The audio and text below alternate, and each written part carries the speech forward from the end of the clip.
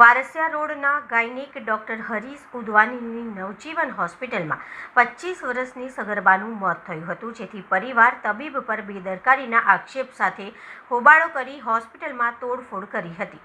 મૃત્યુનું કારણ જાણવા એસએસસીમાં પીએમની કાર્યવાહી કરી હતી. વારસિયા પોલીસે સ્થળ પર બંદોબસ્ત ગોઠવ્યો હતો.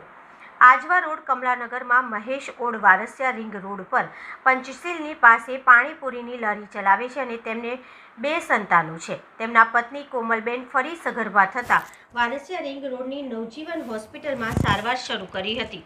10 મહિના થવા છતાં લેબર પેઇન ન થતાં ડોક્ટરે તે માટે કાર્યવાહી હાથ ધરી સવારે 6 વાગે બોલાવ્યા હતા, જ્યાં ટ્રીટમેન્ટ શરૂ કર્યા બાદ 12:30 વાગે લેબર રૂમમાં લઈ જવાયા હતા. પ્રસૂતિની પ્રક્રિયા વેળાએ તેમની તબિયત લથડી હતી અને શરીર ભૂરું પડી ગયું હતું.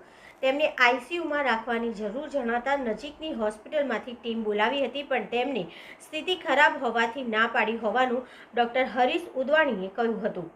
2:30 વાગે વારસિયા પોલીસની હાજરીમાં પરિવારને કોમલબેનના મોતની જાણ કરાઈ હતી, જેથી પરિવારમાં આક્રોશ ફાટી નીકળ્યો હતો અને હોસ્પિટલમાં તોડફોડ કરી હતી. પોલીસે સ્થિતિ પર કાબૂ મેળવ્યો હતો. પરિવારે મૃતદેહ સ્વીકારવાની ના પાડતા પોલીસે સમજાવી પોસ્ટમોર્ટમની પ્રક્રિયા હાથ ધરી હતી.